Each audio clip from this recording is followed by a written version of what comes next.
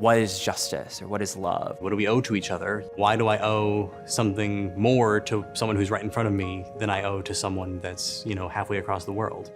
Who am I? What do I care about? Who am I becoming as a person?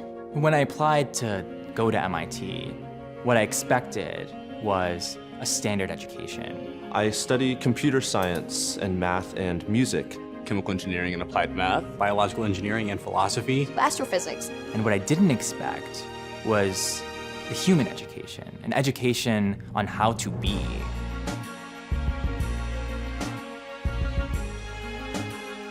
I'm really interested in kind of getting the tools and developing the skill set to be able to answer some of these fundamental questions. These huge questions aren't ones that can be understood through the scientific method and mere observation.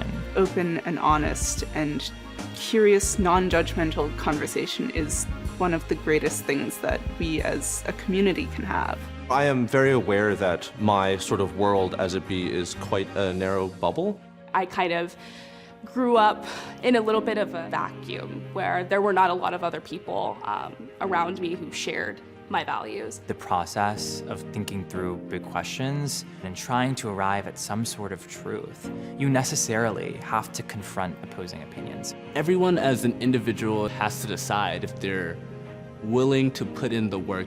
The ability to listen is not a skill we are born with, a skill that we must learn a hard way through breakups and fights. It's very easy when you talk with someone and their views don't match your own to immediately react and be like, I am shutting this down. Sometimes it makes me angry that people might disagree with something that I see as really core to my identity or how we should make the world function. I try to take a breath and kind of go back to the basics of this is also a full human person that has had a life and maybe a life that's been very different from my own. If you can surround yourself with people who have different perspectives and have gone through different things, and that's kind of how you piece the puzzle together. Trying to put yourself in other people's shoes is super, super powerful, but also just asking them, is this really what you think?